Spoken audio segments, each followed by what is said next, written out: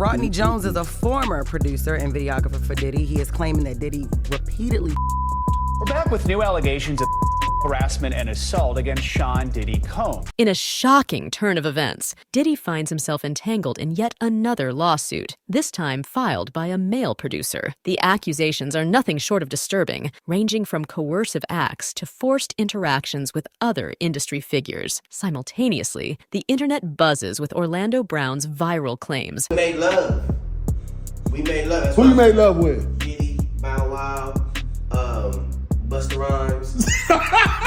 You just told me you see Busta in the airport, too. Alleging intimate encounters with several prominent figures, including Diddy, Drake, Bow Wow, and more. Orlando, known for his past struggles with substance use, initially faced skepticism when raising these allegations. However, with powerful individuals now implicated in similar controversies, people are beginning to reconsider his warnings. Could Orlando have been trying to shed light on the darker aspects of the music business all along? As the pieces fall into place, questions arise about which other rappers might be involved in the alleged exploitation of Orlando. The situation surrounding Diddy intensifies as a male producer from his latest album steps forward, claiming that Diddy compelled him into compromising situations with adult workers. The lawsuit also alleges how the producer woke up one morning in bed with two S-workers, suspecting that something was slipped in his drink the night before. The intricate web of accusations takes a closer look at Orlando Brown, who recently made headlines with claims of similar encounters involving several renowned rappers. While some dismiss his revelations, others see him as a potential male victim in the harsh landscape of the music industry, suggesting that Orlando has been attempting to shed light on these issues for years. Adding another layer to the story, there's speculation about whether Orlando's eccentric behavior is intentional, possibly a coping mechanism to deflect potential threats. To understand this, we must rewind to Orlando's early career, marked by success and challenges. Orlando's foray into acting began at a tender age, starring alongside Damon Wayans in Major Payne. By the early 2000s, he became a familiar face on Disney, simultaneously juggling roles in 3 shows: Proud Family, Fillmore, and the iconic That's So Raven. The latter achieved instant success, breaking records as the first Disney series to reach the coveted 100 episode milestone. However, when the cast outgrew their Disney personas, the network decided to conclude That's So Raven in November 2007. This marked a turning point for Orlando Brown. Stepping away from the Disney spotlight seemed to trigger a series of challenges, leaving fans to ponder if something traumatic occurred during his transition from child star to adulthood. The same year that Soul Raven was canceled, Orlando was arrested in Houston and ended up with a misdemeanor charge for carrying grass. Orlando Brown's journey took a tumultuous turn in 2011 when he grabbed headlines for a DUI arrest in Hollywood. In less than 2 years, he faced another DUI charge, leading to a 180-day jail sentence. The roller coaster of legal troubles continued, reaching a new low in July 2014 when an audio leak exposed Orlando, making threats to an unnamed woman and her family. Despite the challenges, Orlando managed to secure a brief appearance in the 2015 hit Straight Outta Compton and a role in the drama American Bad Boy alongside Cat Williams. There was a glimmer of positivity when he reunited with the cast on The View for a That's So Raven special in 2015, showcasing a seemingly upbeat and positive demeanor. However, this brief resurgence did not mark a full recovery for Orlando's career. Beneath the surface, he seemed burdened with deep emotional struggles extending beyond substance issues. Despite attempts from his family to stage an intervention and encourage rehab, Orlando left the program after just 1 week. A distressing video emerged, depicting him barefoot in the streets, clutching a box of wine, and reports painted a grim picture, homelessness, and a profound dive into addiction. The heartbreaking descent continued, challenging the memories of those who fondly recall him as the lovable Eddie on That's So Raven. The big question lingers. How did Orlando find himself in this harrowing situation? The narrative takes a darker turn over the past couple of years as Orlando grappled with personal demons while making sporadic appearances. In a series of viral interviews, Orlando Brown dropped bombshell allegations about rumored Hollywood rituals and the existence of high-profile figures, whom he refers to as monsters, lurking within the entertainment industry. In a surprising turn, Orlando singled out Diddy, claiming that Diddy gave him a mysterious substance. Initially, many dismissed Orlando's comments as eccentric and treated them as an ongoing joke, particularly regarding Diddy's personal life. However, as the narrative around Diddy took a dark turn with the surfacing accusations in November, opinions began to shift. Orlando, once considered on the fringes of credibility, is now being reconsidered. People are starting to question whether Orlando might not be as crazy as initially perceived. The shift in perspective prompted an invitation from Cam Capone for another interview with Orlando after the Diddy scandal broke. This time, the conversation delved into Orlando's viral comments about Diddy from the previous year. The interview also touched upon 50 Cent's story about Diddy attempting to take him shopping,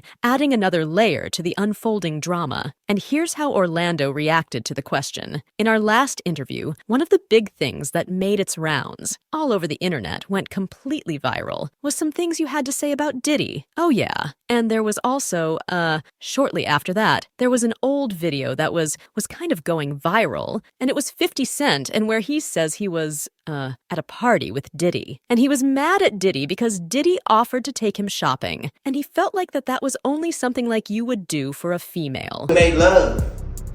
That's Who you made love with? Diddy, Bow Wow, Busta Rhymes.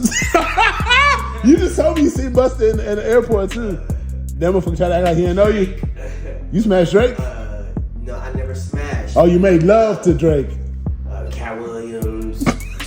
In a recent revelation, Orlando Brown once again set the internet ablaze, claiming he had intimate encounters with multiple men in the industry. This time, the list includes not only Diddy, but also prominent names like Bow Wow, Busta Rhymes, Usher, and Drake. However, Orlando didn't stop there. His inclusion of Cat Williams and Terrence Howard, along with references to Lucifer, caused many to raise eyebrows. The gravity of these claims led some to dismiss Orlando's statements, attributing them to mental health concerns or simply chalking it up to a quest for attention and clout. The polarizing nature of Orlando's revelations has further fueled the ongoing debate about his credibility, leaving the public torn between skepticism and a growing concern for his well-being. Once he said Cat Williams, "I didn't believe him," one fan said. And another one added, "At some point you have to question if Orlando is really sick or seeking attention." Yet again, a divided public finds itself grappling with conflicting opinions on Orlando Brown's revelations. Some firmly believe that Orlando is strategically revealing uncomfortable truths, concealing them amidst what might seem like nonsensical claims, all in an effort to protect himself from potential repercussions. On the flip side, there's a contingent emphasizing a crucial point that grappling with mental health issues doesn't necessarily invalidate the entirety of Orlando's statements. Rather, it raises the possibility that these struggles might be a consequence of something traumatic that transpired within the industry.